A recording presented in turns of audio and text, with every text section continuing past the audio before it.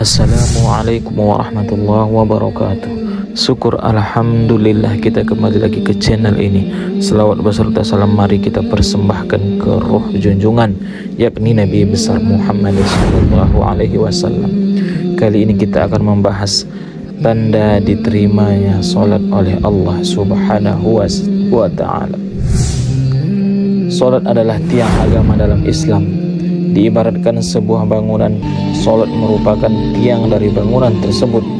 Jika sebuah bangunan mempunyai tiang yang tidak kuat, bahkan keropos, maka bangunan tersebut pasti akan mudah roboh.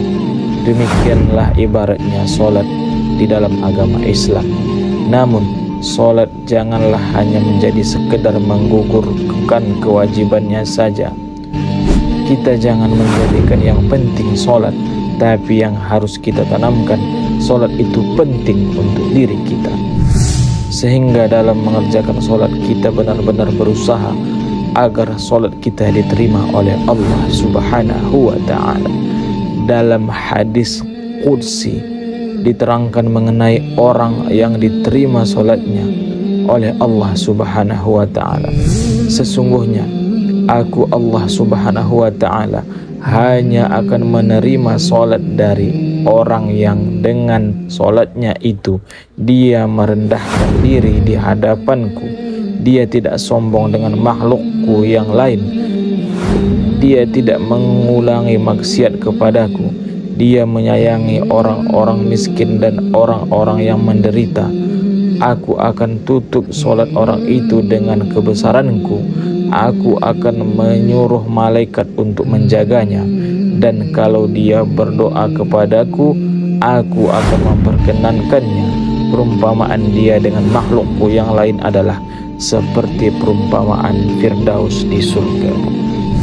Dari hadis di atas dengan jelas disebutkan bahwa salah satu tanda orang yang diterima solatnya ialah orang yang tidak mengulangi maksiatnya kepada Allah Subhanahu wa Ta'ala. Nabi Muhammad SAW bersabda, barang siapa yang solatnya tidak mencegahnya dari kejelekan dan kemungkaran, maka solatnya hanya akan menjauhkan dirinya dari Allah Subhanahu wa Ta'ala.